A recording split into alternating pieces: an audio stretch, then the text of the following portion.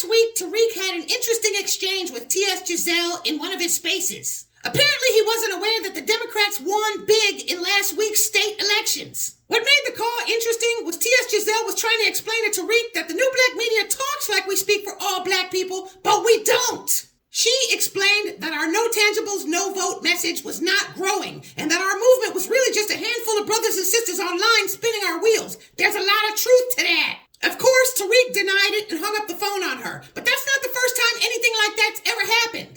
Over the past year, Tariq's hung up the phone on plenty brothers and sisters with the same concern. Over the same time span, Jason Black has been doing exactly the same thing. And although Professor Black Truth doesn't take calls, he's been tap dancing around the same issue for the same length of time. They're not the only ones. This has been going on everywhere in the new black media, except for with me.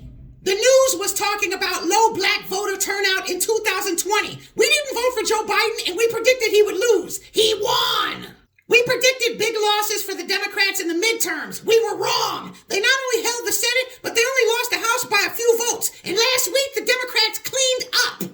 If we are being honest about our empowerment, then these are things we should be talking about. If you think the entire new black media just so happens to be ignorant about these facts, you're kidding yourself. So that begs the question, why is there a deliberate effort by the new black media to avoid the fact that our message is not expanding? Everything's on the line in 2024. We have the opportunity to cause irreparable damage to anti-black policy. But based on the actual facts, there's a good chance that our people might show up to vote for the final nail in our own coffin. Anyone bringing up this important truth should not be getting the phone hung up on them.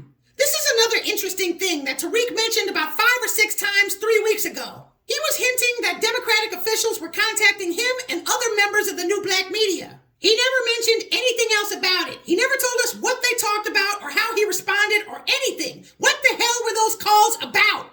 These Washington, D.C. rallies are a little bit odd too. Yes, it's good for our people and our movement to get together, but that's about all it does. It preaches the exact same message to the exact same audience, only in a different setting. It really has no effect on expanding our message. If you put this concerted effort to avoid any discussion about expanding our message at such a serious time, along with these clandestine communications with the Democratic officials and the fact that these DC rallies appear to be spreading our message but really don't, that's enough circumstantial evidence to at least consider that these guys could be agents. They've trained all of us to think that anyone questioning them are agents. That's strange too. I really don't give a damn what Tariq and the others do. It's just that the vast majority of brothers and sisters who've been specifically groomed to spread our message revolve around them.